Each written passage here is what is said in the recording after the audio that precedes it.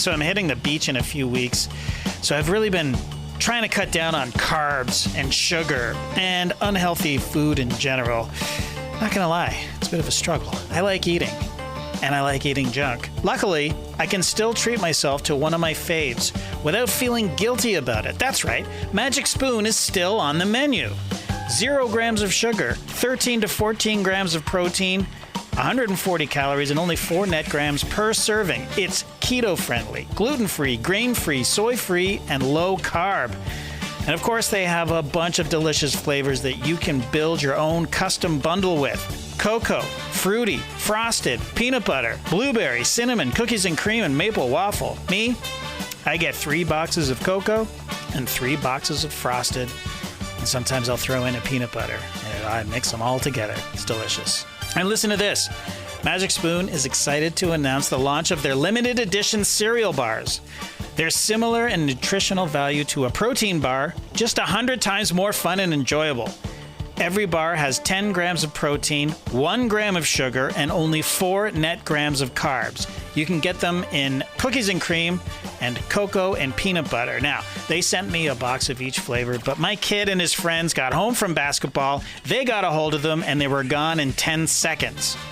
So I never got a chance to try one, but I think they love them.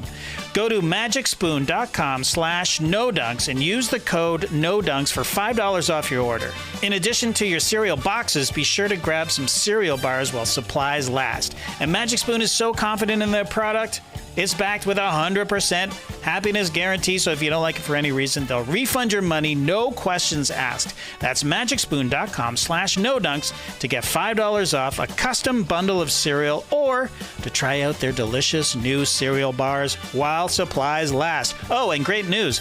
Magic Spoon is now shipping to Canada and the UK. Thank you, Magic Spoon, for sponsoring this episode. All right, The Batman, directed by Matt Reeves. Have you seen it? What do you think? You know, for me, this movie fell kind of flat. You know, the cinematography, the script, the acting, all pretty good, but not a lot of jokes. You know, I thought I was watching a comic book movie, and last I checked, every comic book I've ever read is funny. Calvin and Hobbes, Garfield, The Far Side, Foxtrot, Titanic, directed by James Cameron. I can sum up my thoughts on this movie with one word: boring. One of the biggest blockbusters of all time, and there's not a single car chase in this movie. Can you believe that? And yeah, I'm aware that 98% of the movie takes place on a boat on water, but there were cars on that boat. I feel like the MCU is getting too jokey. You know, everything's funny, everything's tongue-in-cheek, and nothing has stakes because of it. You know what would be cool is a comic book movie that's really, like, grounded and gritty. Has anyone ever done that before?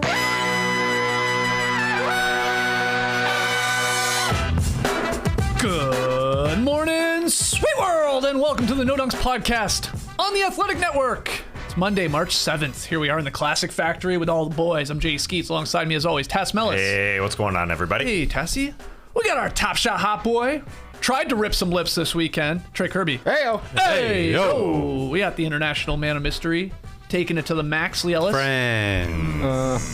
Leigh, and last, certainly not least, making the magic happen over yonder, super producer JD. Hello. There he is. Here we are. Shout out to the stream team joining us live right now on YouTube.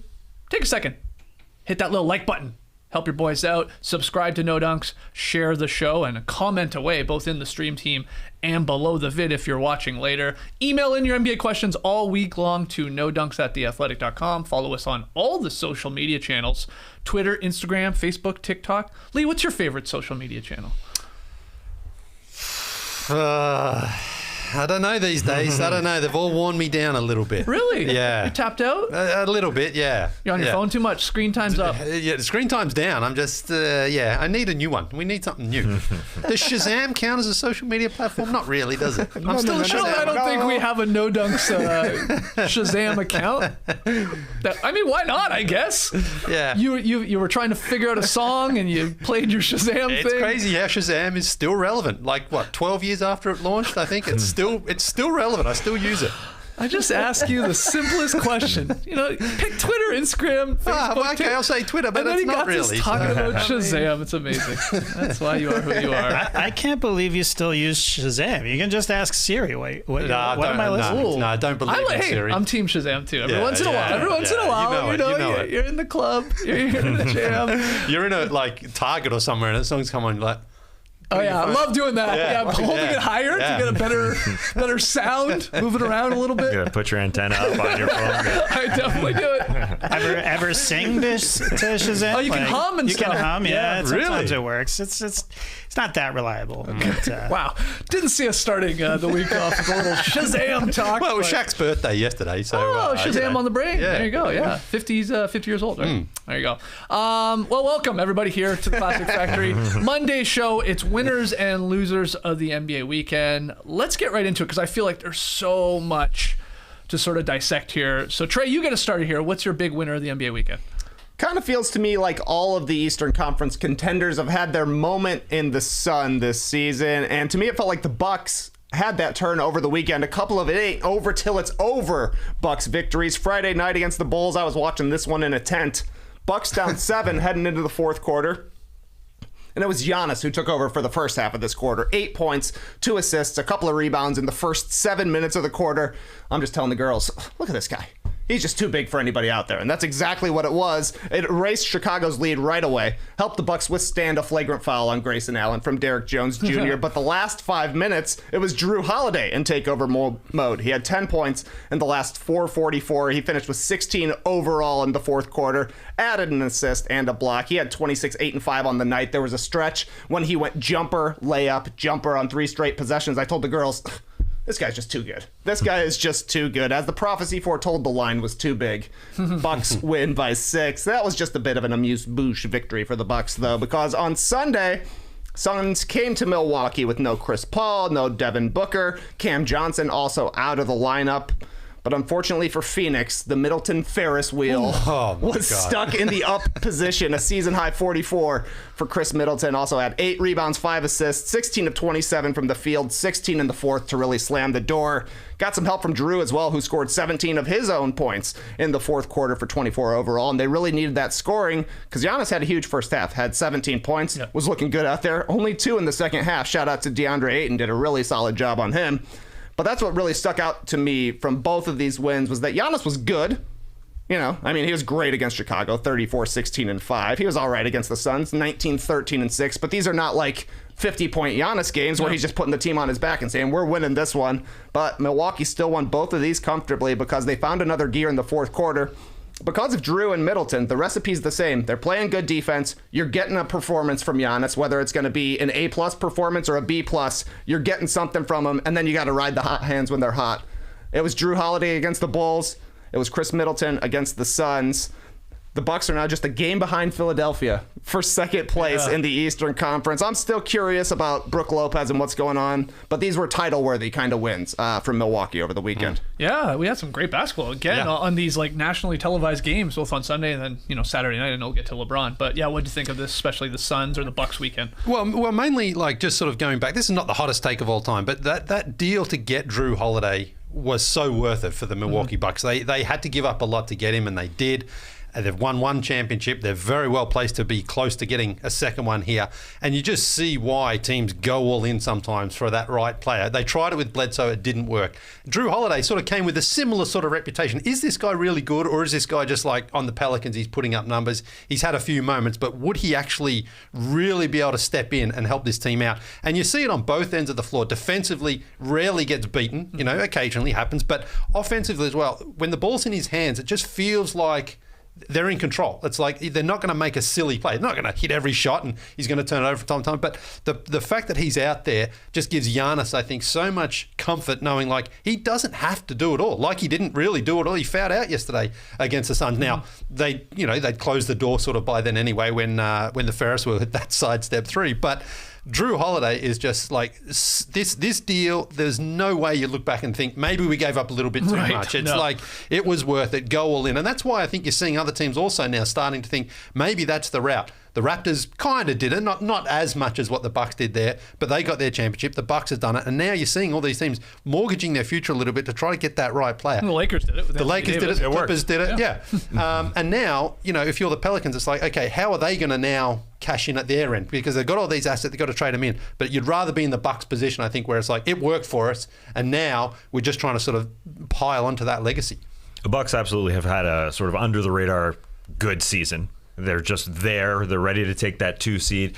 What's also quiet is that Brook Lopez back full contact practice. And he could easily just slip into the starting role because he's been there, because he was their starting center on a championship team without a lot of games under his belt. He doesn't have to work in with the guys, like unlike a lot of teams who are working in new players. Like Ben Simmons needs plenty of reps for the Nets to be good with him. Brook Lopez can just slip in and be their 5 and be awesome again. Giannis, I think one bad thing for him this season is he's had to play so big and play center a lot. And he's still he's been phenomenal. No matter what Charles Oakley says, he's been ridiculously good. He could easily win MVP, but he wants Brook Lopez desperately beside him. And 6 weeks for Brook Lopez to get practice in and to be their starting center again, and they're still the favorites in the Eastern Conference because all these teams are sort of up and down along with the Bucks. They've had a bit of an up and down season, but they know in the playoffs they can just insert Brook, they can just turn it on. Scrappy effort there, I thought, from the Suns with DeAndre Ayton having a monster game. He had 30 and 8, campaign doing campaign things. Jay Crowder. I thought they sort of got the short end of the whistle there in the fourth quarter too. There were a couple calls that were like, ugh, damn. But they kept piling up. It's like, one happens, you're like, okay, we'll get the next one. And then it still went to Milwaukee. But they're right there. They put up a hell of a fight. This could very well be a finals rematch between these two teams. That's not going out on a limb, that Milwaukee goes through the East and Phoenix goes through the West, when they're fully healthy and everybody's back. They're just, even without Booker and without Chris Paul, and then Cam Johnson, who had the game winner in the game before and caught fire, and I know we'll get into that whole Knicks-Suns game there and Randle going off, but it's they run their system and they just believe and then plug and play any guy that goes in there and can at least compete. So I think that's a good loss, so to speak. I know that doesn't really exist, but they put up a fight. Well, without your 2 stars and then Cam to go against the defending champs, and they were with, basically a couple of baskets away from getting this Absolutely. win. I thought they were going to win this game. For sure. All right, so Milwaukee Bucks, get us started here. Leigh, who do you have for the weekend? Yesterday, Sunday afternoon, what a game from Jayson Tatum, Nets and the Celtics. Now, these two teams have played a lot earlier in the season, and the Celtics have wiped the floor with them, but that was, of course, without Kevin Durant and Kyrie Irving. Both of those guys played yesterday. Got off to a pretty good start, looking pretty good even in the third quarter there. And Jayson Tatum just took over, finishes with 54 points. And his decision-making right now is on a different level.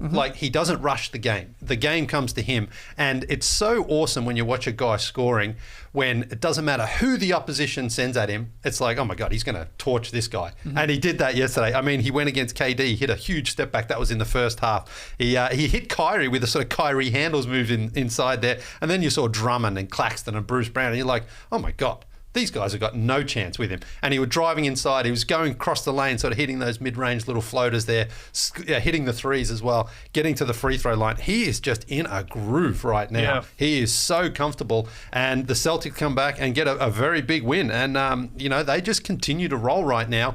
While the Nets, this is the second game back for Kevin Durant. He looked fine. He's fine. Yep. After him, you really sort of wonder where the rest of it's coming from because, Kyrie played, he was fine, but they just don't seem to have that. Maybe that changes when Ben Simmons comes back. I'm not sure. Who knows if when he's coming back. But this game was all about Jayson Tatum. He was the best player on the floor last night by a good margin too. And I thought Mark Jones on the call was great. He had his classics. He was playing with his food. He was hotter than fish grease. And then later on, I don't know if you guys have heard this one, he set off the smoke detector. Have you heard that one from Mark Jones before? I can't remember. Yeah, it was basically one where he goes inside, Jason, and sort of there was a bit of a chaotic play. He goes inside and he just casually just laid it up there like that. It's like, set off the smoke. I don't quite get it. It's on fire. Is that it? Yes. Yes. What I think it is. All right. It didn't automatically strike me. We have He's got carbon dioxide running through his veins. We have very sensitive fire alarms in our house.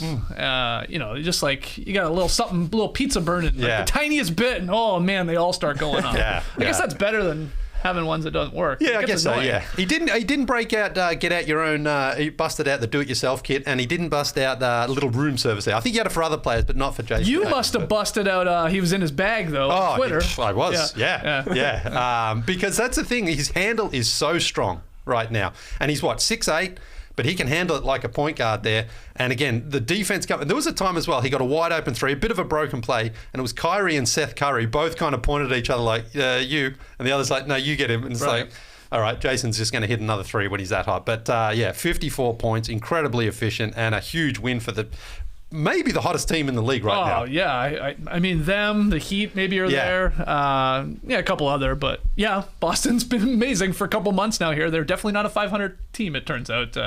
They're climbing up the Eastern Conference standings here. And this was a huge win. Anything to add to Tatum's game there or Boston winning? Well, I'll say this. People will call me a Brooklyn Nets lover for sure when I say this. But I thought this was the best Brooklyn Nets game in a long time. It took Jayson Tatum dropping 54, them hitting a ton of threes, 17 for 36, shooting 47%. And Tatum just finding little guys, especially on the perimeter. The switches that the Nets do could really be helped out by Ben Simmons. I mean, Tatum was just picking whoever he wanted to shoot against. Dragic, come on. Kyrie, come on. I mean, Shorties. They're just too big. Yeah, exactly. He's just too big for them. And maybe a Ben could help in this situation, but they looked more like a good team, in Boston against the hottest team. It felt like a game that could go either way, and so that was a gave you a little confidence. Better Nets game, here for the last 6 weeks of the season as they sit in tied with the Charlotte Hornets there in the play-in tournament, and they go to Charlotte to have a game with them. It's wild, and who knows when Ben comes back? Not this week. We're not going to watch him in Philadelphia. He's going to be in Philadelphia, though, apparently. He's flying with the team. He's going to be on the bench. Apparently going to be on the bench. Something? Yeah, maybe. Well, I mean, he just saw Kyrie get the Kyrie sucks chant going there. It was got to laugh. Quite loud there from the BW boys. Yeah, he laughed. I mean, turned around. Well, he was basically shrugging at one point. He's like, I do today. Yeah. What can I say? 19 points on 18 shots. I'm trying my best out here. And then he had the whole quote after the game about the girlfriend. Like a scorned lover. Yeah, that's exactly right. That's sort of what you have to do. I mean, now, okay, he's got this whole other thing. He's not playing at home now, though he says the mayor's on his side, and that maybe he'll be playing at home now. But yeah, I mean, my point is, same from the Batman. Ben Simmons, has to go into Philadelphia at some point. That's what we talked about, and he's not going to play in the game, but they could meet up in the playoffs. I mean, this could be. Yeah. It could be a 2-7 matchup. It could be a 2-7 matchup. Yeah. Where obviously I'm talking about Philadelphia and Brooklyn here. It's not out of the realm of possibility. But anyway, what do you think of Tatum in his bag, or is he in his duffel bag because he's a larger guy, or no? No. Just think his bag. Okay. His garment bag, like a medium-sized bag. Yeah, that bag was nice, and that's why people, you're starting to hear buzz. The Celtics could come out of the Eastern Conference. I still think it's a little far-fetched, but these are the kind of games that make you think it's possible. When you see Jayson Tatum be the best player on the court, when Kevin Durant is out on the court, also playing pretty well. Yeah. That takes you up to another level, because we know they're going to play defense. They didn't play any defense yesterday against the Nets. Shout out to the Celtics. They've gotten to the point in their season where they're comfortable enough with their offense that they can say, we don't need to play defense this game, and obviously they didn't. The offensive ratings in this are ridiculous, but the Celtics winning a shootout is kind of notable, and I think that is why you can actually buy into a little bit of the hype here. I don't necessarily think the Celtics are anywhere near favorites in the Eastern Conference, but I was obviously wrong about them when I thought they were a 500 team and Marcus Smart should be gone. But Tatum, he has taken another leap mid-season. Like Leigh's saying, decision-making is perfect, the handle looks tight, and he can score, especially over these little guys. So I think when you're talking playoff time, Kevin Durant's going to have to guard Jayson Tatum more often. And Ben Simmons, obviously, if he's back, is a better matchup as well, because when you're running a 6'3 guy against a 6'9 guy, that's just a jumper fest. Yep. Where would you put Boston in terms of tiers in the Eastern Conference to actually win the conference? Yeah. So it sounds like, you have Milwaukee. Yeah. In the first tier, who's up there with them? Well, Miami. Yeah. Okay. Yeah. Tier 1. And Philadelphia as well. Okay. Okay, that's fine. Yeah. So those three teams in tier 1. Yeah. And Milwaukee, Miami, Philly. And then what? Are you going down to your Bostons and Brooklyns? Yeah, look, honestly, I don't really even have Brooklyn. I know with Kevin Durant, their ceiling, I guess, is the finals, but I'm just not convinced they can get it all together. So I don't really think they're a legit threat right now. I think the Bulls have got to figure some things out, of course. They've dropped off. First thing is beating any of those teams above them. Yeah, but we've also the Celtics. That's no problem. yeah, but we have seen some impressive. They haven't beaten performances any of the teams in the top tier. Yeah, None of them. That's right. I know. I watched the Bulls. Yeah, well, I'm just saying. You don't have to get angry about it. I'm just giving you a fact that they're definitely a tier down. I certainly don't. I'm not kicking dirt on the Bulls by any stretch right now. I think when they get Caruso and Lonzo Ball back as well, that changes a lot for them. So I would have Boston right there under. I think those first three: Miami, Philadelphia, and who did I say? Milwaukee. Mm-hmm. Is that right? Yeah, I would have them there. But honestly, they also probably look at all these teams and think, at our best, we can push these teams as well. Right. Tass, let's go to you next. Winner of the weekend. Well, we got to talk about LeBron James. We're talking about the winners of the weekend. He dropped 56 Saturday night on ABC against the Golden State Warriors. So he's tied with Trey Young for the most points this season in a game. 56 big ones for LeBron James. Now, I was out Saturday night. I was out with a couple who didn't know everything about LeBron James, and I was talking about all his accolades. I mean, he's going to play with his son, for God's sake, in a couple of years. And they were saying, how old is that guy? He's going to play with his son? Is he 40? I said, no, not quite. He's 37 years of age. I got home, and I saw that he dropped 56 to join a special club of guys who are 37 years or older to drop 50. Kobe, Jordan, now Bron, and Jamal Crawford, the shocker of the foursome. On the same weekend that season 5 of The Shop premiered, where he was asked, hey, Bron, what about you and being one of the best scorers ever? He said, I hate it. I hate that people talk about the best scorers ever and never include me. And never include me. This guy's something else. Well, he's got to say it, man. He's got to say it. He does. Oh, come on. Why? Because he's the one who said, I'm not a scorer, man. Well, but does anybody listen to that? Yes. No. He's been making fun of it for LeBron years. Conditioned people to say... We all knew he was going to be the number one scorer of all time in the NBA. We've known that not everybody, but yes. Okay, we've known that for years. Maybe this random couple you found that doesn't know anything about LeBron James's career don't know it. But if you watch basketball, you've known for 3 seasons he's going to be the all-time leading scorer in the NBA. But he's conditioned the media to say... He might actually be a better passer. That's how the joke started. I said, when he gets close to being the all-time leading scorer, the quotes are going to change to, people never said I was a scorer. And that's exactly what happened. We're eating out of his hand. Whatever. When people talk about the best scorers, they'll say, even Kevin Durant, James Harden, the best one-on-one scorers, MJ. They just don't say his name. That's all he's saying. I'm just saying it makes... Because he said, don't say my name when you're talking about scorers. I'm everything. I just want to win. I just want to make the right play. Okay, Stephen A. Smith and Mr. Russo on ESPN are thinking, LeBron said don't say him as the best scorer, so I'm not going to say it. I mean, I'm just saying he doesn't say it. Or no one says it. No one says it. Not even us. I guess you kind of say it. But anyway. Come on. Well, anyway, he scored 56. 19 of 30. He's good at basketball. Shooting, too. They needed all of them. Yeah. Yeah, against the Warriors. Yeah. What was cool is that he knew the Warriors don't have any rim presence without Draymond Green. So he was going inside. He scored 12 shots within 4 feet of the rim. All his twos were within 4 feet of the rim. Post-ups as a roll man in pick and roll situation, a little Jordan-esque in terms of just the post-ups and fades. Then 6 threes and 12 free throws got him to that ridiculous number. And there was a cool play at the end, 2 minutes left, where LeBron got hit with an 8-second backcourt violation. You don't see that very often. And he yelled at Malik Monk, hey, man, come back so I can pass you the ball. Then Malik Monk made up for it, baby. The inbound pass stolen by Malik Monk, and LeBron beelined it for the rim. Beautiful alley-oop to bring the national TV crowd to its feet, including me. I said, you're the best scorer of all time. You're the best scorer of all time. And going into the Lakers-Warriors game on Saturday night, everyone complaining. How many games are the Knicks and Lakers going to have on national TV the rest of the year? Well, they got a show, and LeBron obviously got a lot closer to Karl Malone for second in all-time in scoring. We're going to see him pass that very soon because he just doubled his scoring average basically for that one night. We'll see that this season before he passes Kareem next season. And the NBA is a winner in that LeBron will be in that play-in tournament. And just like last year, when he hit the Warriors with that fade, it's absolutely must watch. So the play-in tournament is definitely must-watch in the Western Conference. So a show for Mr. LeBron. I know we'll get to the Warriors and them continuing to lose games here without Draymond Green. We'll get to them when we get to losers of the NBA weekend. But yeah, anything to add to LeBron's 56 there as an oldie? No, a throwback performance. Well done. I liked it when he hit 2 threes, and then I think it was Jeff Van Gundy said, It was. The heat check, they rarely come off. He hit another 3 right there on the spot, which was perfect. Yeah, great performance. They needed them all against a team that's defense is really struggling right now. But there's another sort of story from the Lakers that came out over the weekend and Friday about Frank Vogel, and apparently people have been saying to Russell Westbrook, we want you to come off the bench, and Russell saying, no, I'm not. If I'm Frank Vogel right now, I'd say it's not an option. You're coming off the bench. If Frank Vogel is likely to be fired after this season, you may as well at least go out and say, well, I'm coaching this team. If he's not allowed to do that, then what's his job? Mm-hmm. He's not coaching the team then. Doesn't have the power. The coach has to have the power to be able to make those decisions. If Russell Westbrook doesn't like it, fine, don't play.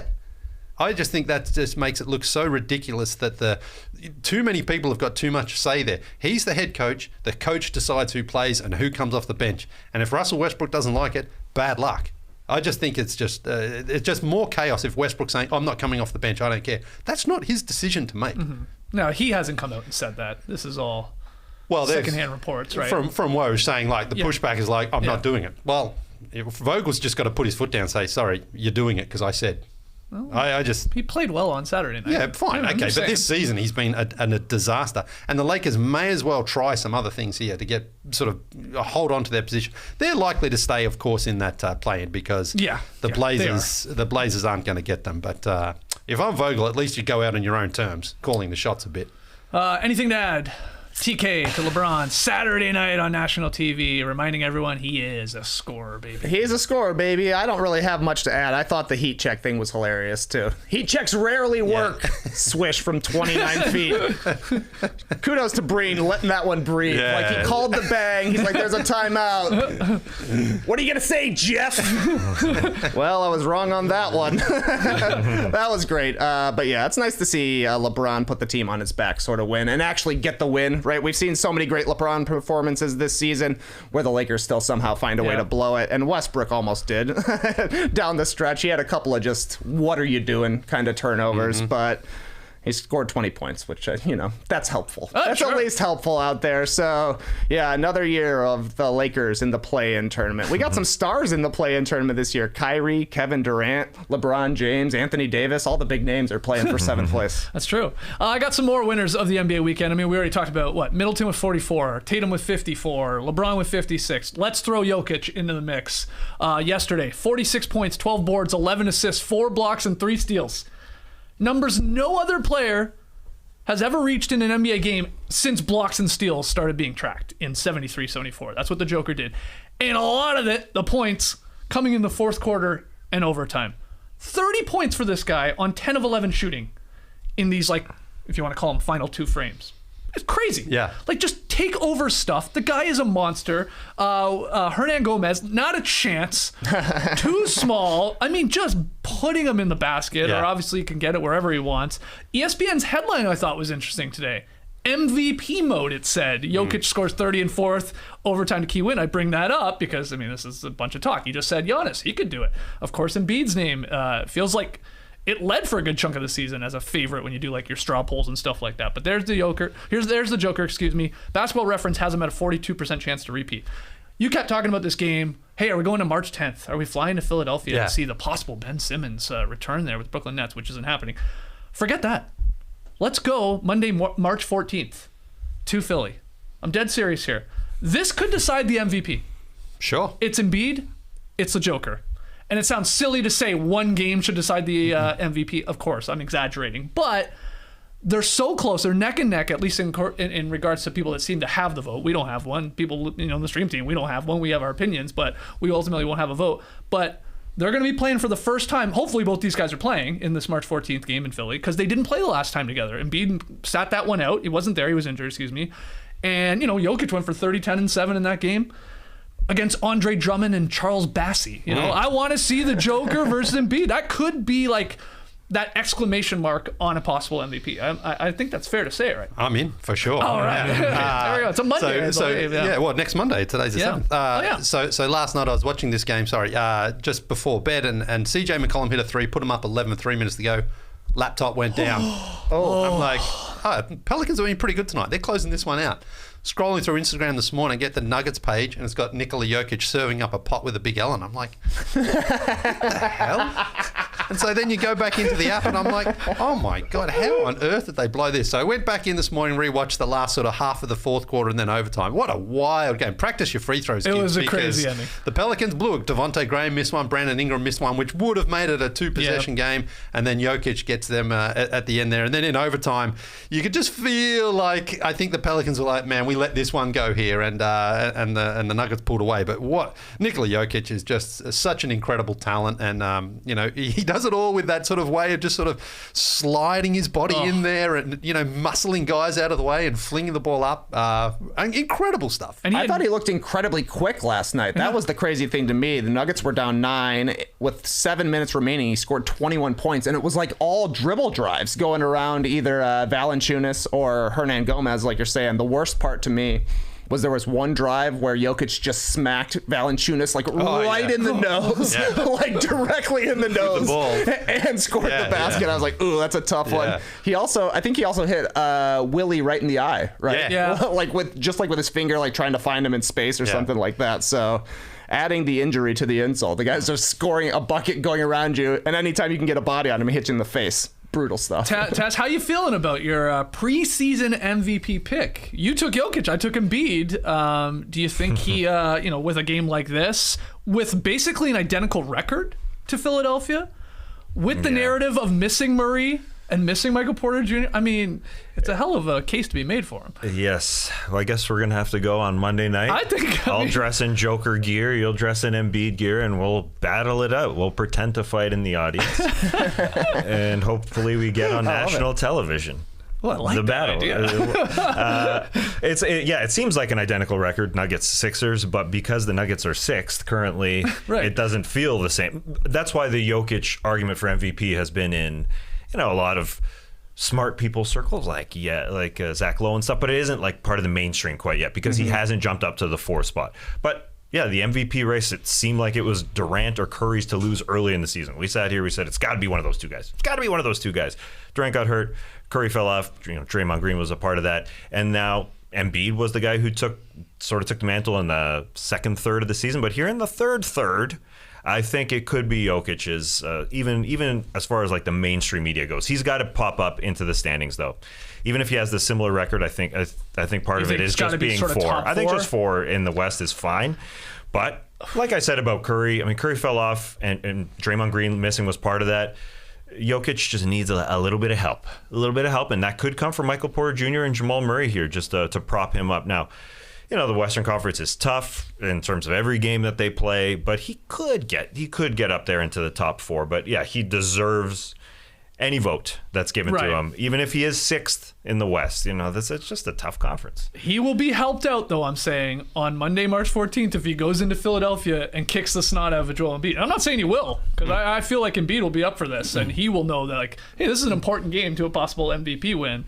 But if one of them outplays the other significantly, man, that's going to, like, tilt a lot of voters, I think, at the timing of it all, as we get closer to making your actual MVP picks. It could shift where the votes maybe lie. I think it's that close between these guys, and I know Giannis is in there too. I feel like he's maybe a tiny step behind right now. What a stat line last night, though. Just a 45-point triple-double, no biggie, and he almost had a 5x5. Yeah. With what it could have been. It could have been a 40-point game with 46 points, 12 rebounds, 11 assists. If only got to 5 steals and 5 blocks. Could have been the sexiest 5x5 in NBA history. He missed the previous game, too, because he was sick, non-COVID illness. He said he hasn't eaten in like a day and a half or something like that. He was like throwing up and stuff like that. Yeah. It's on national TV, too, that game on Monday night. There we go. Perfect time to fight.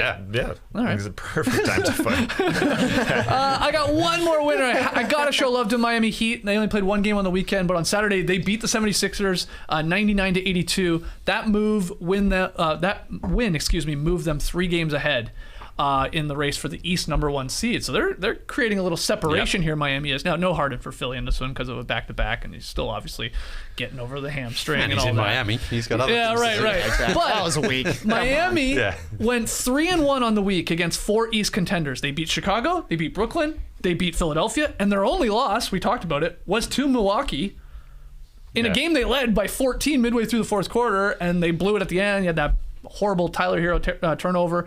I mean, they collapsed. Yep. They should be 4-0 against all of those East contenders, and still playing great. And I would add to that, Victor Oladipo might be coming back tonight.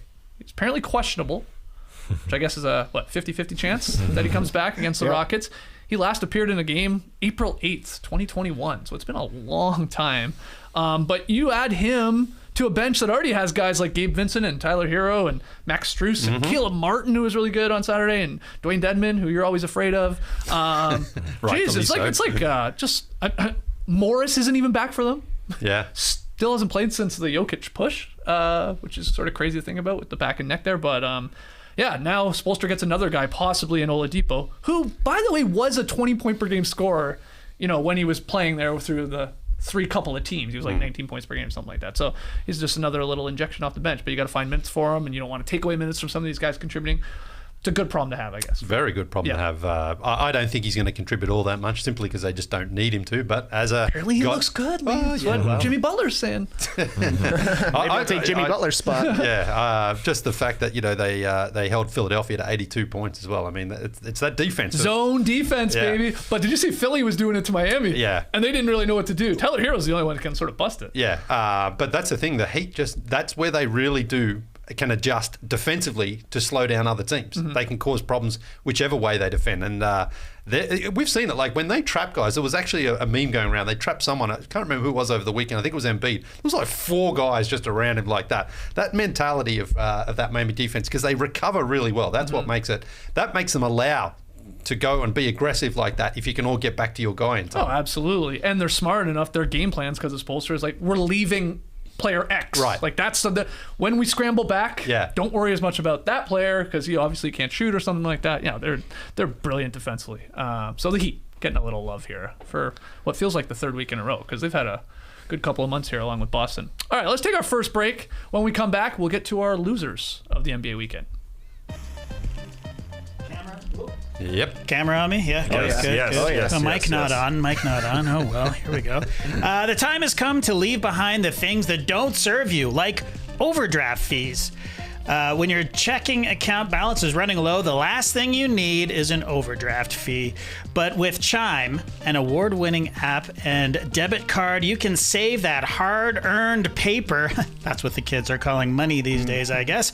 Without paying overdraft fees, eligible members can overdraft up to $200 on debit card purchases and cash withdrawals with absolutely no overdraft fees.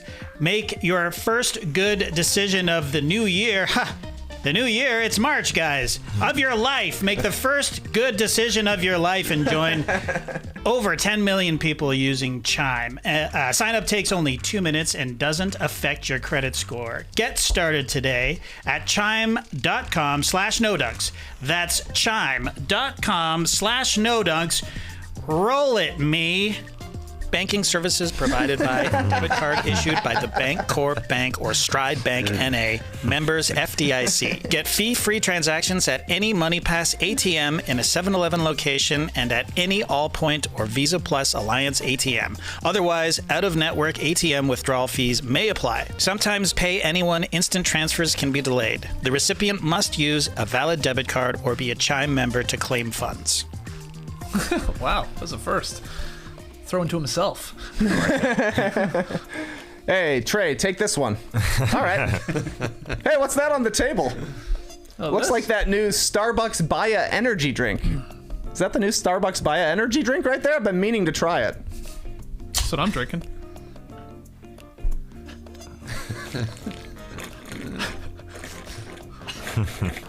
Whoa, easy, Chuck, man. With caffeine naturally found in coffee fruit, it's energy that's good. The new Starbucks Baya energy drink. is a beverage that is created from caffeine naturally found in coffee fruit as well as antioxidant vitamin C. It's a refreshing fruit-flavored boost of feel-good energy. Flute flavored. Very metally. Much different. This is fruit flavored. Right. Flute Loops. In a way only Starbucks can deliver, and it comes in 3 fruity flavors. Mango guava. Tasses, I believe, is a mango guava. Looks good. Nice can. Looks very good. I like the can, We got a raspberry lime over there. Skeets. Yeah, I've nearly crushed it. Yeah. Oh, I really like the color contrast on that one. And then Leigh and I rocking the pineapple passion fruit. Wow, what a shot that is. Yeah, we didn't even plan that. That's well done, amazing. everyone. It's so fruity. It's so refreshing. So perfect for the outdoors. If you need to stock up on energy when you're ripping lips, it's good for that. You want to get some extra pep in your step while bopping balls on the court? Good for that too. Maybe you're inside at a meeting and you're more tired than you've ever been in your whole life and you don't want to eat a hot dog from your sleeve? Good for that too. Starbucks Baya Energy Drink packs energy and flavor that gives you a big boost whenever and wherever you need it. Starbucks Baya Energy Drink is available online at grocery stores, convenience stores, and gas stations nationwide. Check it out. Thanks, Trey, for that ad read. During this great reshuffle, a record number of employees are considering switching jobs. So now's your chance to try and attract them. LinkedIn Jobs is here to help you connect with the people you want to interview faster and for free. I'm actually thinking about using LinkedIn Jobs to find someone to help me write creative ad copy. Wild, eh? Sort of next level thinking. Create a free job post in minutes on LinkedIn Jobs to reach your network and beyond to the world's largest professional network of over 770 million people. Then add your job and the purple #hiring frame to your LinkedIn profile to spread word that you're hiring so your network can help you find the right people to hire. I like that little addition. Simple tools like screening questions make it easy to focus on candidates with just the right skills and experience so you can quickly prioritize who you'd like to interview and hire. That's why small businesses rate LinkedIn Jobs #1 in delivering quality hires versus leading competitors. LinkedIn Jobs helps you find the candidates you want to talk to faster. Fast like me. Did you know every week nearly 40 million job seekers visit LinkedIn? Post your job for free at linkedin.com/nodunks. That's linkedin.com/nodunks to post your job for free. Terms and conditions apply. Okay. NBA losers of the weekend. Tass, why don't you get started here? Well, I don't think the Cavs are a loser. I think the good outweighs the bad for their weekend, but this is a good place to mention them here because they did suffer a loss, unfortunately. But I thought on Friday night they looked like the old Cavs team. They played the Sixers in a great battle. It went right down to the wire. Darius Garland, step for step with James Harden. He felt like an all-star out there. It was a great game, and I think the Cavs have had just a little bit of a rut, and they're coming out of it. Against the Sixers, it was a good loss, I think. And then on Sunday, they beat the Raptors, a team that's chasing them for the 6th seed, the last real seed of the playoffs. And it sure feels like there's enough distance between the Cavs and the Raptors for the Cavs to say, hey, we are making the real playoffs. They also have the tiebreak over the Raptors, despite losing Jared Allen in that game. It's unfortunate he left with a thigh contusion, but reports after Shams Charania noted it wasn't just a thigh contusion. Broke his finger. So I don't know how long he's going to be out. It's an indefinite amount of time. But do you guys feel like this is going to hurt them? I mean, I guess it's really difficult to say because it's an indefinite amount of time, but they're just so damn big. They can play other guys. I mean, they have so many bigs. Jared Allen He's important. He is very important. But when they do have Mobley and Larry Markkinen and Kevin Love and Ed Davis in a break glass in case of emergency type scenario. Well, they still got the win over the Raptors, like you said. That's huge in terms of the seeding there. I don't think the Raptors are going to catch them. I mean, they're playing brutal basketball right now, too. I think just the Cavs, though. I mean, who knows how long he's out, like you said. But if you're using OG Anunoby as an example with a fractured, finger, then it's going to be a couple weeks. Yeah. At the very earliest he gets back. So that sucks. But they'll probably hold on to the 6th, and I think they'll lose in the first round. And it'll and really they get the reps for their young guys. Hopefully they win 1 or 2 games, make it competitive enough, whoever it's against.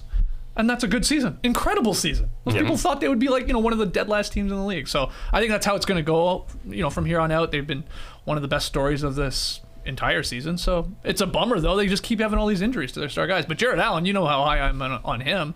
I mean, I had him over Garland at one point as the one Cav that I thought should make the All-Star team.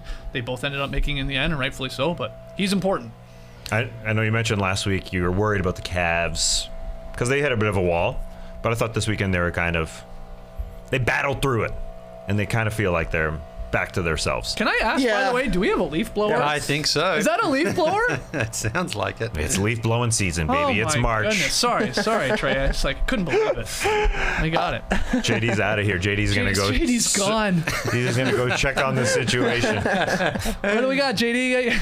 Got eyes on it? I wish we could turn around the camera. I think it's right out this wall. Peering out the windows of the garage That's door. my favorite shot is JD waiting for a package. He's just peering out of the garage. And he's peering out for a leaf blower. It's purring out there. Sorry, Trey. I didn't mean to interrupt you there. 6th seed looks pretty legit for Yeah. the Cavs. They've already been passed by the Celtics, so they don't got to worry about that. And like you said, they got a 3-game lead now on the Raptors after the win this weekend, and the Raptors are not playing great right now. I also assume if push comes to shove, Jared Allen will be able to play through a broken finger. The guy's not out there shooting jumpers. I also can't really figure out which hand it's on. Yeah, I don't know. It just says fractured finger, 1 of 10. You got a 10% chance of guessing right, 50% chance for hands, for being honest. But he's going to break it again, I think. The guy's at the rim all the time, either trying to block shots or trying to dunk the ball, so his hand's going to get hit at some point, so he'll have another broken finger, so might as well get used to playing through the pain. Yeah, I just don't think it really matters when it comes down to it, however many weeks he misses, because they shouldn't give up that 6th spot. And, yeah, zoom out. If they were behind the Miami Heat, Sixers, Bucks, Bulls, Celtics, if you looked at it from the beginning of the season, you said that they were the 6th best team behind those teams. I mean, that's just an incredible season. Yeah. So, for them to get in the playoffs, and again, they're not going to be an easy out. I know you said... No, I don't think they will. I think they'll win 1 or 2 games no matter who they're playing. Mm-hmm. They'll be fun. I do. They'll be fun to watch. Yeah, it's just wondering now who will go into that starting role. Will he go with Kevin Love? Because he's been great off the bench. And I think JB Bickerstaff might be inclined to leave him there. So then it's like, do you bring in Chetty and maybe move Lowry and Evan over? But then they're big, but they're a little bit thin also in the middle there. So question there for JB. But yeah, it's a bit of a bummer when you have a team like this. Levert's still out. It's like, man, you're hoping for better for them. You're hoping for a bit of luck to go their way. Mm-hmm. But when you look at who they are likely to play, Philadelphia or Milwaukee, most likely in that first round, tough to see them getting past those teams. I'll give a quick loser of the weekend to Julius Randle as well, because the Knicks are West Coasting right now. They're on their West Coast trip. They're in Phoenix on Friday. They had lost 6 games in a row. And Julius Randle had been bad out of the All-Star break, but he was balling in this game. He was looking great, feeling it. 25 points. At this point of the game where it was 2:40 left in the third quarter, and he removed himself from the game really because a shot went up. He rocked Cameron Johnson as the ball went up. Cam Johnson hit him back. Ref got in between those two guys, and Julius Randle hit him. I mean, he hit him while the ref was there, and he made contact with the referee. The Knicks were up 10 at that point. The refs reviewed it, said, "You're gone." They were having such a good third quarter. Yeah. They could have came out of this rut. They could have been peering, through a bit of a keyhole, a looking glass at the play-in tournament if they won this game. But they didn't because he was tossed. Cameron Johnson came back, hit a crazy game winner at the end of this game, a real Tissot buzzer beater. It was the actual buzzer beater.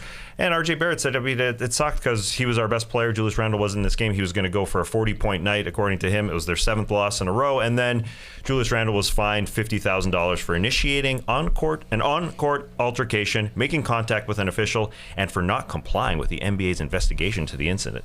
Triple hitter right there. And then they beat the Clippers, who couldn't hit a shot on Sunday night, but it doesn't matter. They're out of it. Not mathematically, but 5.5 games back. Terrible season. Tom Thibodeau even played some young guys by accident on Sunday, and they won. But to me, it was really unfortunate. Julius Randle has been mad at the world this year. He's been mad at Knicks fans. It's been a bad year for him. It just hasn't. It was a wild 7th season last year. First All-Star appearance. All-NBA, and now this year back to earth, I guess. I mean, I thought Julius Randle would be able to keep it up, but just a terrible season, an unfortunate end there to that game for them. And they were up 2 before Cam Johnson banked home that shot. Oh, yeah. He stole that game from them. Cam went bonkers after the altercation. He scored like 24 points in 15 6 minutes. threes in the fourth quarter. Yeah, including the one that banked in. Do you think a banked in 3 to win the game should count? Why not? 3 points? Yeah, it's just pure luck. Everything's luck when you think about it, isn't it? You know? Wow. He had 9 though on the night. Cam Johnson, incredible shooting from him. Yeah. 38. All right, Leigh, let's go to you next because I know I teased it earlier. You got the Warriors as a loser. Yeah, well, for a team that has lost 4 in a row, yet are still 22 games over 500 and second in the West, it's pretty bad for the Warriors. I mean, they let this one go. They had a big lead against the Lakers, were playing well enough, and then they couldn't close it out, and LeBron had to go, deep into his bag to save this one. But for the Warriors, they've got some real concerns here because Draymond still not sure exactly when he's coming back, and Klay, who's missed a couple of games from illness, is still looking rusty. Now, it's going to take him a little bit of time to get back to the Klay we know, but he wasn't looking all that good on Saturday night here. And is the Klay we know going to appear at all really this season is the question. It's asking a lot. It's hard to see it, know, because I just think he needs more reps and he needs to be out there more often, but he's sort of struggling right now. And the Warriors, I mean, the Grizzlies, they pissed their pants against the Rockets last night. Otherwise, the Warriors would be third in the West right now, but the Grizzlies blew that one against the Rockets. So they've done all the heavy, hard lifting in the early part of the season, which might just be enough for them to hang on to home court for that first round. But I think a lot of teams, even the Jazz, are starting to look at the Warriors and think, we can overtake them because they're just playing so much better. Now, injuries are, of course, a huge part for any team, but the Warriors and Steve Kerr are getting a lot more attention and pressure. Like, they don't seem to have a fallback option here. It's like Steph's trying to do everything and he can't do it. He's just not getting enough support. So it started off a great season. Steph, I believe I had him as the MVP favorite at one point. Now it's like they're almost hanging on a little bit, which again, they're second in the West. They're 22 games over 500. They're a good team. But it's when you play and how you play at that time. And the Warriors right now are really not playing convincing basketball. Where's their second All-Star? Yeah, well, that's a great question. Where's Andrew Wiggins? Yeah, this is what he does. He's like, I got the All-Star, now I don't have to show up. But that's the thing is, though, he needs to be able to go out there and do something. Like what Jayson Tatum did yesterday, right? He was like, I'm just going to go out and get buckets for my team. Wiggins is still like, you have to set me up for the buckets. Yeah. And that's the big difference there. So they've got to be disappointed with him, though, because this is a great opportunity for him to actually quieten people down who are like he wasn't deserving of his All-Star appearance. The opposite has happened. Exactly. It's like, yeah, you got so lucky, dude. Yeah. Look, they missed Draymond Green not only defensively, I think offensively as well. We've talked about it. It feels like every Warriors game, so I don't need to keep repeating ourselves here. But I guess Curry's not that concerned about the seeding, if you heard him talking. Yeah. He's like, who cares?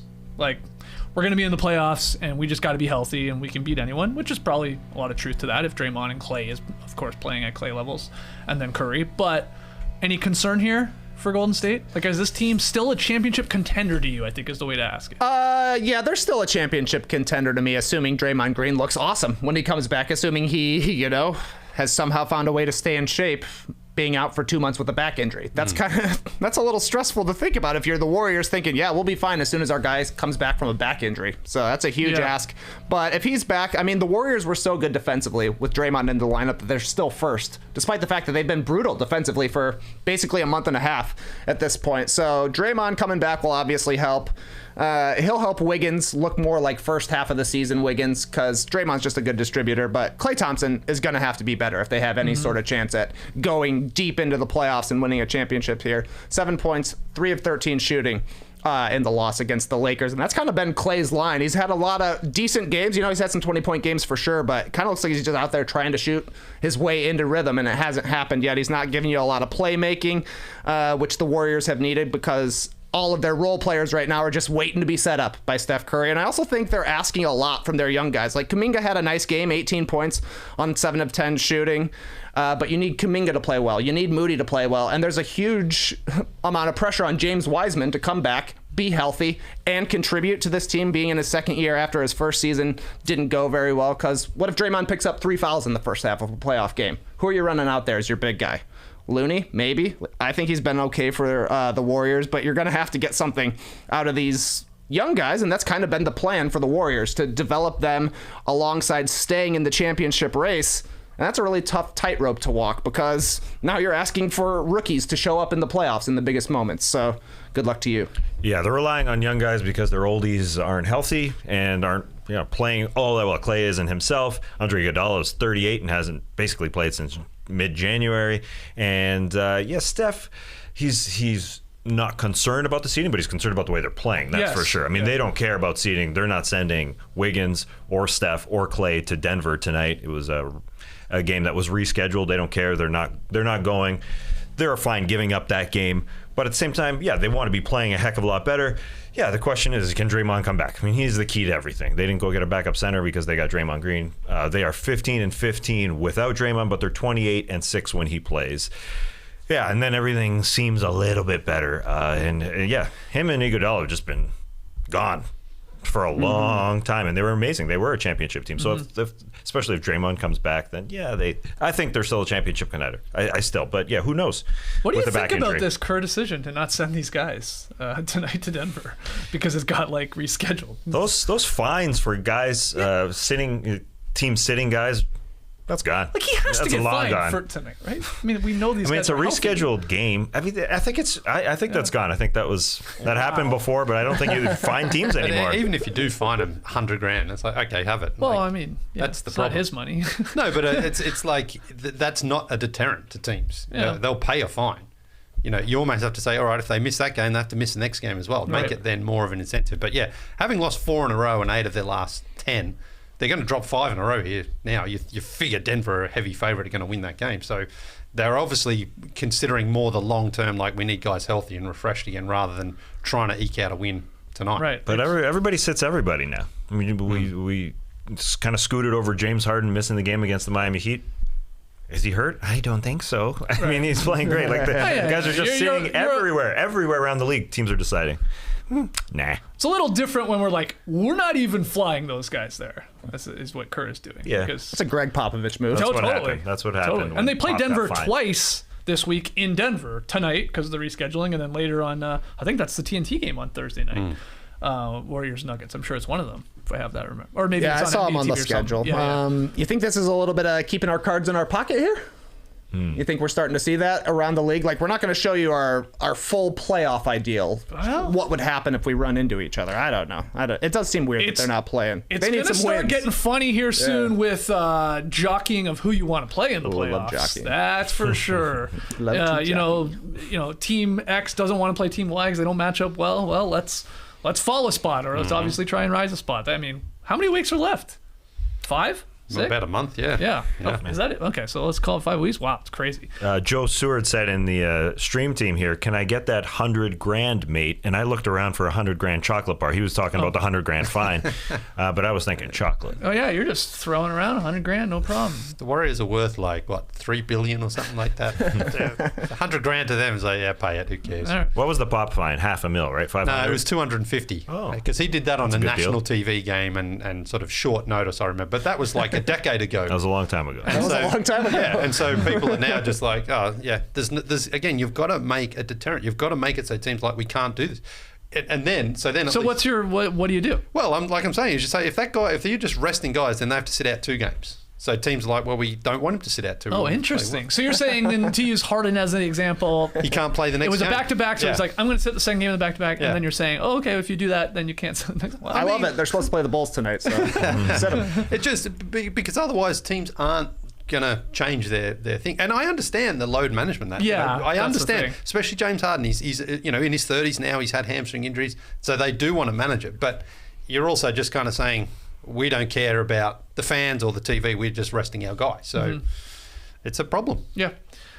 Trey, who do you have for a loser of the weekend? Yeah, a couple of mini losers that came up already. The Bulls lost on Friday. Skeets, you drove it straight into my heart. Sorry, man. 0-8 versus the top 3 in the Eastern Conference. They're only a game up on Boston now for the 4th seed, and they play Philadelphia tonight, but I heard James Harden might be suspended.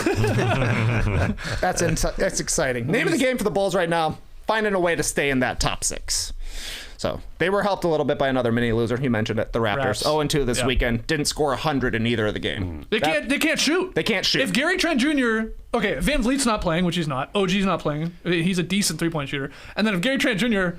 goes on one of the worst cold spells of his at least Raptors career, but over the last couple of years, then they don't have a chance. They can't hit threes. I mean, he's shooting 20% over the last 6 games from 3. Not good. He shoots a lot. Gary Trent Jr. So yeah, it's bad, but I think they're going to be. I mean, they're looking good that they'll be in the play-in. Not that that's good, but that's where they'll be. They'll have a chance to get in. That's where expectations kind of were, anyways. They kind of. I guess so. Yeah, they'll likely be the 7th. They'll probably be the 7th seed because those teams are a decent little chunk behind them, especially if they get VanVleet back. But anyway. Oh, looking forward to a Messiah Ujiri F. Brooklyn. Yeah, that'd be great. Very possible. Run it back. Must watch. Yeah, must watch that press conference. My official loser of the weekend, though, kind of more of a weekend whoopsie, if we're being quite honest here. The Mop Boys in Timberwolves versus Thunder. Oh, this is great. On Friday night. One of the best people in the way whoopsies ever. He straight stopped him. Jordan McLaughlin gets a steal at half court. He goes back the other way, but the Thunder Mop Boys have not quite evacuated the court. I just can't believe that this isn't blown dead. Not at all. It blows my mind. It's like, is that in the rule book? Like, if a mop boy gets in the way, like keep playing. Yeah, a mop boy is part of the court, I think, like a referee is. Yeah, it's. Well, I think like if there's a loose ball, you blow it dead. Like somebody, like there's a ball rolling on the court for some weird reason, you blow it dead. Right. So why wouldn't you blow it dead in that situation? I don't know. Like, you could if you really wanted to. Important game. It's tie game, a minute to like you could send the mop boy out to like just get in the way. Charge. Send in the mop! I'm telling you, man, it's amazing that nothing was called. And actually they got the stop and went the other way. Honestly, really good defense from the Thunder. They gave up 138 points to the Timberwolves. This might have been their best defensive play. Like he just rides McLaughlin to the hoop. Honestly, I think McLaughlin needs to be able to finish over length. Yeah, like that. The guy didn't even raise the mop. Yeah, it's awesome. He's just not in a rush to get out. Not at all. He even stops at the baseline to clean up a little extra bit of sweat. He's like, all right, gets dapped up by Shai Gilgeous-Alexander. I mean, brutal turnover. You can't blame the mop guys, really. It's like, you feel like you're going to hold on to the ball a little bit longer. Yeah, that's why you're right. He went in for an extra little. Yeah, he gets a little sweep there. That's why I think it's a Swiffer integrated sponsorship, I think. Oh, wow. They paid a lot of money for these two guys to come out there. Season's over. Just go out there, man. Interesting. I hadn't thought about that. I think in watching it a couple times, I didn't notice it the first couple times, but when you're doing that, especially when you're doing the Swiffer, when you're doing the mopping, whatever, you got to keep your eye on the action. They turn their backs. Yeah. Never turn your back. Never turn your back on the play. And that's what happened. Because that guy did not know, I don't think that he was there, that suddenly somebody's shooting over him. Anyway, good one. Good one. Great whoopsie. You miss whoopsies? Yes. Do you? Yeah. Think Matt Austin misses it? I think so, for sure. I got one more. We already talked about the Raps, but let's just put the Kings in here because on Saturday, the Mavs came back from 19 points to beat Sacramento 114-113. And with that loss, the Kings officially finished with a losing record for the 16th consecutive season.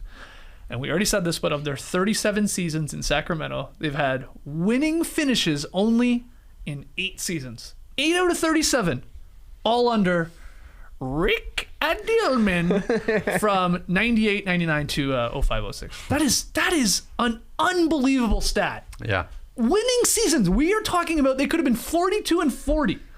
That's a winning season. Yeah. It's a good season in their books, and they never have done it ever in Sacramento if Rick Adelman wasn't the coach. That's crazy, man. And they were so close to winning a championship in those winning seasons, really. I mean, one sort of Vlade-Divac slap back, and maybe they go on to win, and maybe they win another one. They were so memorable for that little stretch there. Arco was one of the most incredible places to watch a game.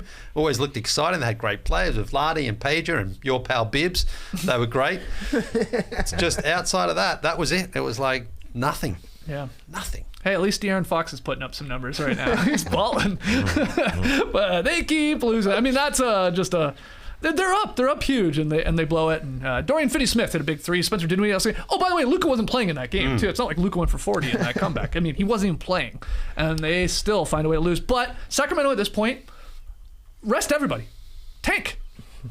Like they not even show up at all. Play everybody in tank. Well, I guess the Thunder are not that far behind them.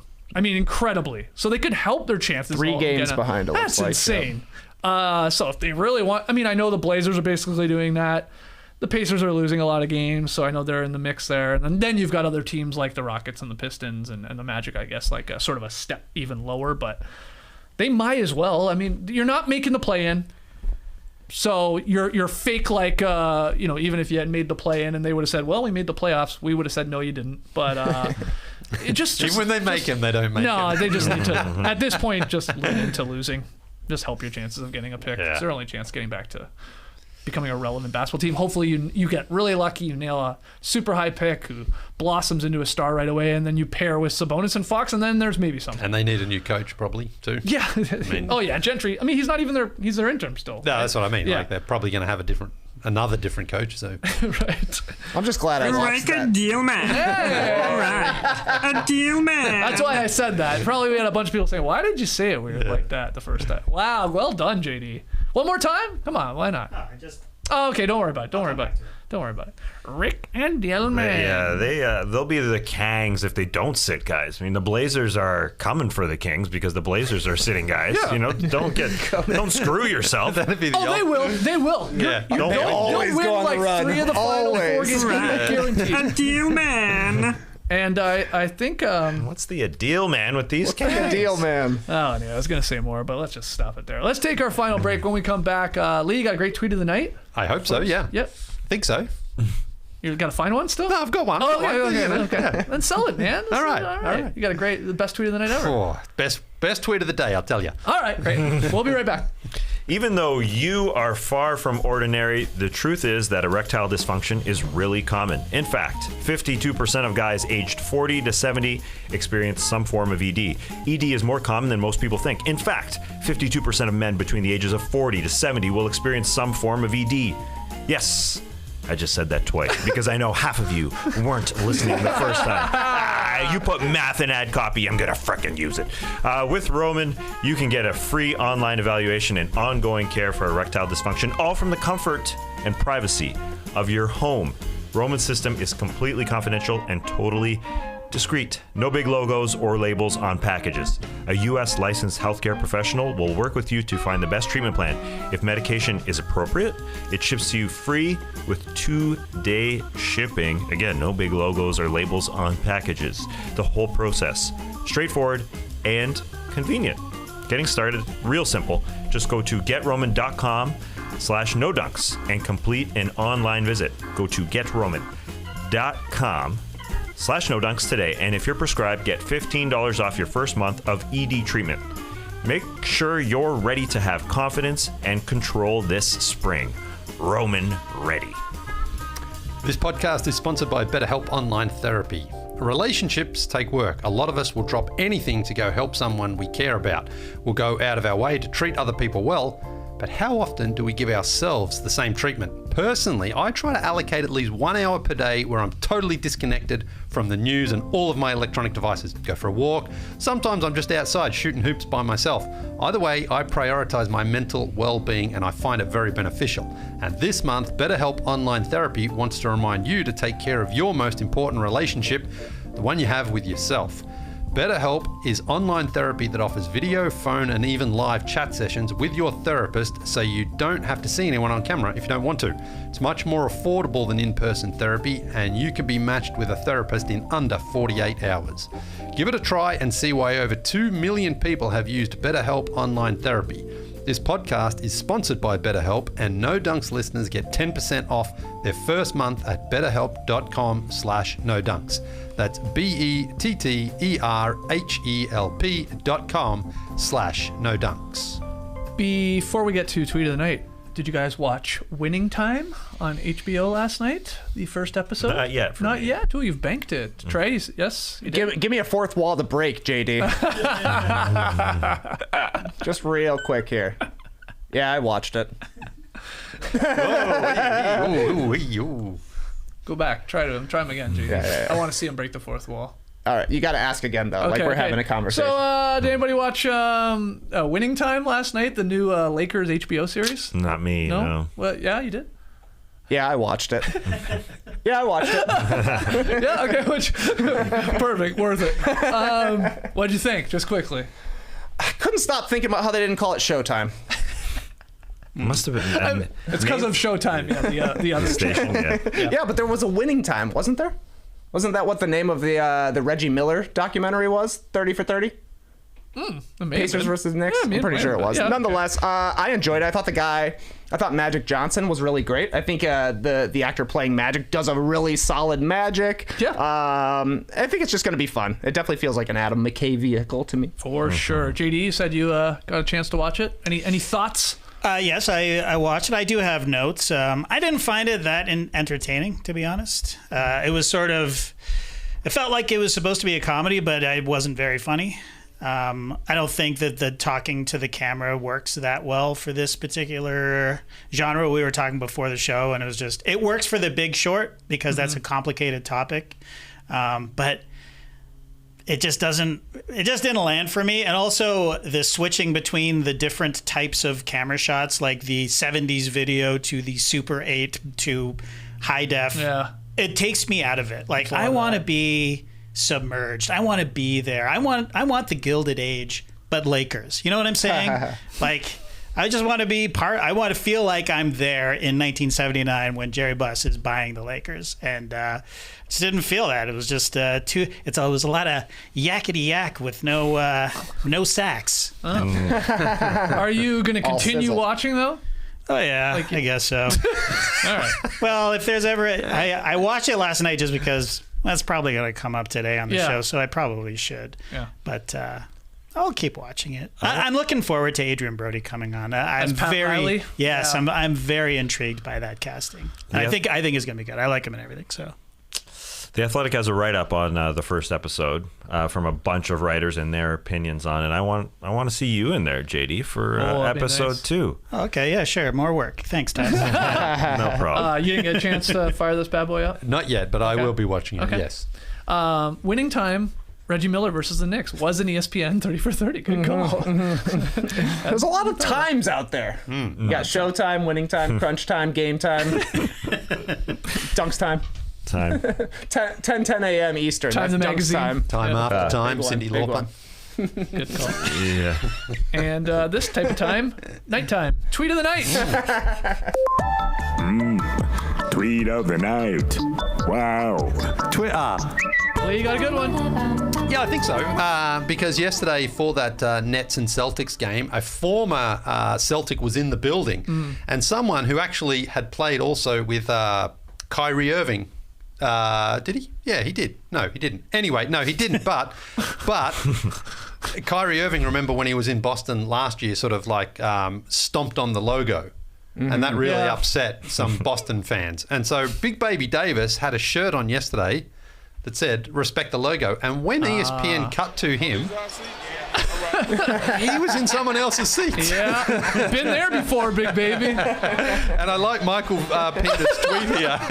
I still can't get over Big Baby's respect the logo shirt in seats that don't belong to him. With Kyrie in town. Iconic Sunday afternoon for Glenn Davis. Yeah, I thought that was just great. Because, former Celtic there, he was kind of a fan favourite, wasn't he there, Big Baby? Yeah. And, he's there and he... I think he was just trying to get up a couple of rows closer. The timing of ESPN ESPN ABC, I guess, showing him, and then and then you can hear they say it's Kevin Durant saying, "They ain't your seats, big dog." I didn't know that. Yeah. So did he only go like one row back? One or two, anyway. Yeah. I thought he was standing. I thought he didn't even have a seat. Stand here. I think he had a press pass. It's nice to see that incident is awkward for everyone, including a guy like Big Baby Davis that played in the league. Yeah. I know you've sat in a seat before. Absolutely. And you're like, hope nobody comes. Oh, yeah. And then you're like, of course. God, you just feel like the biggest jackass. Yeah, because you're sort of sitting there like tense, and it's like if they come over, I'm like, I've done it, guilty. Yeah. You never defend yourself in that one. You're like, nope, caught red-handed. You're on to be the criminal mastermind. Do we know if we know our good friends at Breaking Tea? They move quickly when it comes to making the shirts. Do they have a respect the seat? Respect the stub. Respect the stub. I like that more. Good. All right. A leprechaun like with a ticket stub hanging out. Hey, good tweet of the night. Thanks. Nice little video element. Yeah. Great stuff. Pick'em results from Friday night. We really already talked about it. It was that Bucks-Bulls game. Milwaukee was only favored by 3.5 on the road, and we said at the time, that seems a little low. What's going on there? And, we were right. And I say we, the three of us that picked Milwaukee, we put Trey in a corner. We knew he had to pick the Bulls, so he got the loss. This is brought to you by BetMGM, of course. That's a win for me. I'm 2-2. Tass 3-1. Lee's 2-2. And Trey, unfortunately, 0-4. Still looking for that first dub here in March. So give him a chance, Tass. What's the game I think tonight? you're getting it tonight because we picked together here, Trey. There we go. Dallas hosting Utah. Potential first-round matchup. Yes, it is. It's a 4-5-y. So the line, tiny, minuscule. Dallas favored by 1.5 points. These two teams played 10 days ago, if you do remember, and that's why I'm taking the Mavs. I think they get a little payback for the loss against the Jazz. But this, should be a great one in Dallas. The Jazz, though, climbing the standings. Yeah, sitting in that 4 spot right now. They're feeling good. Yeah, not far away from the Warriors and Grizzlies, who are tied at the 2 seed. The Jazz only 2.5 back. So you, Skeets, you, Leigh, on the Jazz. Trey and I taking the Mavericks. The Jazz beat them twice this year, but both times in Utah. So first game in Dallas here. I assume Luka's playing, right? So what's going on here? He's likely. He had He's a toe likely. injury. Him and I think Jalen Brunson are likely to play. We didn't even talk about Bogdanovich with Yeah, the 11 threes Yeah. there for the Jazz. Okay. Leigh and I taking Utah. You guys taking Dallas Mavericks. Like you said, Tass, a very close line. Basically a pick 'em, though. Things can get crazy with these, can't they? Could be a 1-point victory. Yeah. You never know. When do you start shooting the moon? I'm at 0-4 right now. Like, what's you my go. 0-7? There's a lot of March That's a lot. We got a lot of weeks left. That's hard. I think you got to get halfway in, and then it's like, ooh, now you got to go for it. All right, I'll still try and pick winners. You should try it. Yeah, you're like, Don't worry, 2 I'm gonna games pick- back. Yeah. Like Adam McKay, don't look up at the rest of us in the standings. Just stay where you are. JD, a real Adam McKay. Don't look up's gonna win. Oh, He's gonna. Yeah. I didn't get your reference Yeah. for a second, but well done. Well done. Yeah. It's gonna win Best Picture. Is it? JD's gonna get really mad. No, it won't. geez. It's not a Best Picture type of picture. I get it, but just to get you mad, JD, it'll win. I don't care about that kind of thing. You don't? Best picture type of best picture. I don't care. I just want the best picture to win. Oh, okay. Well, Oh, JD. you don't think it's gonna win? Did you go see the Batman this weekend? I did not. You didn't? I thought you may have. Yeah. I have to take my kids with me, and one of them's got a girlfriend now, and the other's got all these basketball buds that come over here, and they just don't want to hang out with me anymore. Just like that. Your basketball buds come over every day. That's true. Zach Harper over here? What's that? You had Zach Harper over here? Jay Zach, King come in the on house? over. Zach would probably go with me to see the Batman. For sure. All right. Well, I want to hear your breakdown of the Batman. Did you see it? No. Oh. Let's go. Let's do it. Let's be buds. Batman buds. Batman buds. New podcast. Is it called The Batman? Yeah. Yes. Oh, Yeah. okay. I was just wondering if you were just being jokey jokes. It's called the Batman. The Batman. That's their spin on it. Just put a that in front of it. That's different this time. Very gritty, Leigh. It's The very gritty. Facebook. All right, let's call it there. That was a long episode of No Dunks, but they always are on a Monday. Email in your NBA questions to nodunks@theathletic.com. Follow us on Twitter, Instagram, Facebook, TikTok at No Dunks Inc. Go get your No Dunks merch. Leigh rocking the No Dunks smiley face here. Yeah, smells like old spirit on Leigh. Go get your No Dunks gear over at nodunks.com and grab yourself an athletic subscription. Go to theathletic.com/nodunks. Great deal on right now, $1 a month for new subscribers. So make sure you take advantage of that so you can read a bunch of these athletic writers writing about winning time. People wanted to jump in.